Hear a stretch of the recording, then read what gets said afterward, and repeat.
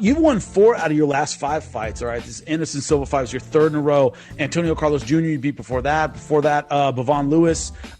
What your trajectory right now is? It's right where you want it to be. What are your goals over the next, maybe the rest of the year? When do you plan to fight next? Do you have any names on your radar right now? I've been training for since last year, November, between the pandemic, between losing opponents. The genius thing I didn't do is give up, because it's so easy to just, throw in the towel.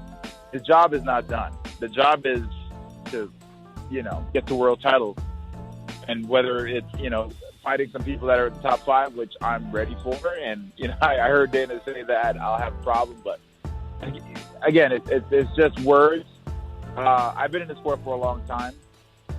If the UFC want to throw someone at me that's going to help me get to where I need to be, bring that shit on. I felt like the Anderson Silva fight was, for me personally, it was a personal battle I had to fight. It wasn't for the media. It wasn't for anyone. It was for me. It was someone I idolized and learned a lot from and looked up to, and I needed that mental hump to jump over.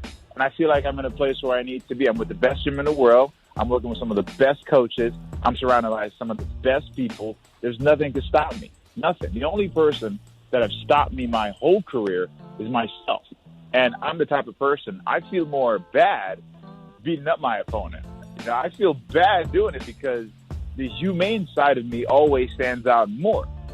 And I felt like, why would God bless me with this incredible gift to hurt someone, but at the same time, I'm afraid to use it? And of course, everyone's going to be like, well, just do it. Well, thanks, Doug. How do I do that? And I had to learn that for myself. So it's still a work in progress, because I look at life as growth. Anything that's uncomfortable is teaching you to get comfortable with it. And I'm just getting comfortable with it. So whoever the UFC needs me to beat, or whoever the UFC thinks can beat me, send them my way.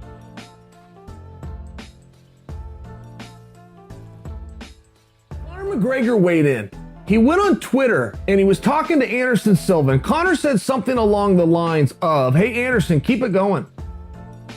So right as you think you're going to read the next line, that Conor is weighing in and telling the Spider that he could continue fighting while that narrative's hot and other people are telling him he shouldn't. Nah, you got to hear the next line Conor said. Conor said, find something where you like the rules and keep doing what you love, exclamation point. Okay.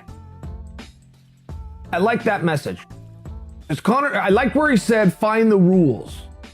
Because now he's not talking about MMA necessarily. What Conor is reflecting that he personally feels in his downtime that he has had is that he wants to compete. That's all he's talking about, is competing. And Anderson can go, I'm a fighter, I do Muay Thai and I do Jiu-Jitsu, I'm a fighter. Well, okay, fair enough. But what you are is a competitor. And this is the rule set that you found. Somewhere along the way, you stumbled into a gym instead of stumbling to a soccer field, right? Same thing goes with the football player. Somewhere he got brought to the gridiron when he probably could have done just fine in baseball. He was a competitor. He was an athlete. He was willing to work hard. He was willing to learn the rules. I only offer that for you because I like what Conor said. He said, pick the rules. And I feel as though it's something not just that I appreciated that Conor sent that to him, but I felt like it's something you could relate to. Because all of you fight. All of you. Everybody listening to this and watching this fights. It's a different fight. It doesn't have to be under the unified rules. It doesn't have to be a sporting event at all. It could be with addiction. It could be with weight loss. It could be with getting up in the morning when that clock goes off to take care of your kids and you're tired all day. But everybody has a fight. Everybody has a struggle. So Conor's telling him, keep that going. Don't ever end that competitive fire. Reshift it. Realign it. Find a different rule set. That could be in coaching if you want to keep it in the sports parameter. That could be in business and going in and competing and being an entrepreneur. There's a number of things, but if you listen to Conor's words of pick the rules and keep this going, don't give up. Don't think your past is behind you. Don't be one of those guys that lives on his glory days and his laurels of the past and he's wearing his Leatherman jacket around 10 years later. Don't be that guy. Find something, learn the rules, go into that field. It was a good message. Good message by Conor.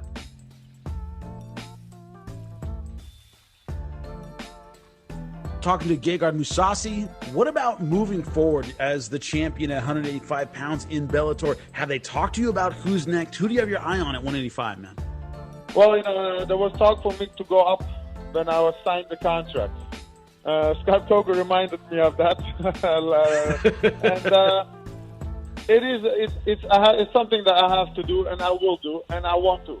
There's nothing because there's a good challenge at the light heavyweight. The guys that there's some big names there, but I feel like maybe one or two more fights. I think John Salter, and you have the Russian. He's a very tough opponent. I always forget his name. I don't know.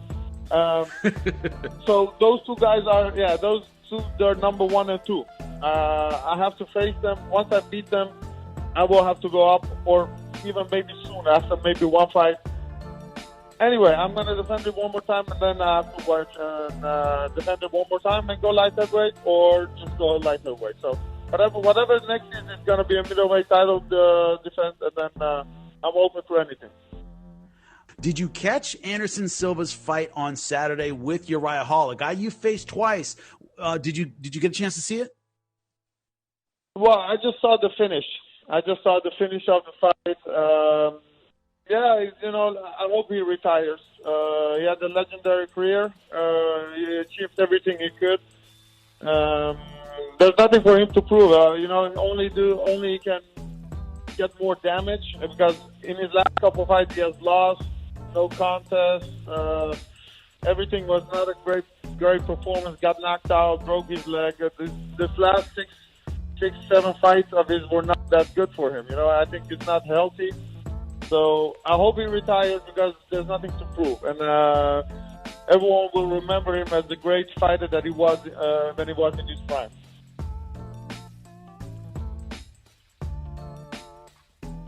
Anderson, I'm going to assume right now, right this very second, he's debating what he's going to do. You know him better than me, Shirai. What do you think he is weighing in his mind right now? Well, if you're asking me on that, then I would say this. First of all, Dana is not letting him fight again. So UFC is a closed door. So now he's thinking, do I want to go to another organization like Bellator or like One or some other promotion and try my hand and roll the dice? But if I was him, I imagine that he's got to be talking to his family about this, and his wife and his kids. The last couple of years he's been coming out with his kids a lot more, and his kids are grown. He had, I think it was 2 of his sons were there ringside, and it was kind of an emotional walkout. And they sat there and they watched their dad get knocked unconscious. He got knocked out, and he was very out of it, and his face was busted up. And after the fight, they interviewed him, and he had to take a chair, and he couldn't really stand that well. And you don't want to see that. You don't want to see that anymore. I imagine my son looking at me like a superhero. And then once he starts seeing I'm not a superhero, I'm human, and that dad is starting to get messed up, and dad's not the same, and dad's fighting for something that's no longer there. I don't have it in me anymore. Your family, your kids, your wife, they need to start telling you, like, we love you. You've done so much. No more. We don't want any more. We just want to have you full time. So I would imagine that's got to be the biggest influence in his life right now, and I would hope that they feel the same way that I do. And, I'm talking very strongly and emotional about it just because I'm a fan and I've liked him for so long. But, again, it's his decision and his family's decision. I can't speak for them, but I'm putting myself in his shoes, and that's all I could think of right now, that, if I was losing that many in a row and taking damage at this age, it's not worth it. It's not worth it. I want to have many more chapters of my life to be the full me. I want to be all there and healthy in my body and my mind.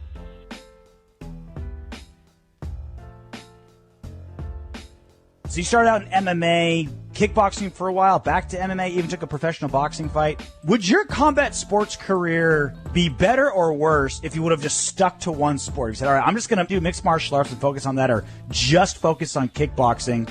It's hard telling. I'm very thankful for Glory and my kickboxing career, because it allowed me to grow with a big promotion. And Glory, it was like the UFC of kickboxing. It's not that big in America, but I'm fighting in front of 14,000 people in Japan and thousands of people in Zagreb, Croatia, and fighting guys that are just at the highest level of kickboxing that, not a lot of casual fans know their names or even know who they are. But, guys like Alex Pereira, who's knocked out Israel Adesanya twice, and he's back in the MMA now. And he did actually knock me out as well well. The guy knocks out everybody he touches. It's the only time I've ever been knocked out. Very good fighter, but not just him, man. There's a laundry list of guys that I competed against, and it just, just kind of taught me how to grow with a promotion, taught me how to fight, man, taught me how to dig deep, and, stand-up's always been my game as well. So it just added to that strength of mine, and now I think confidence and timing is everything, man. I'm extremely confident, and,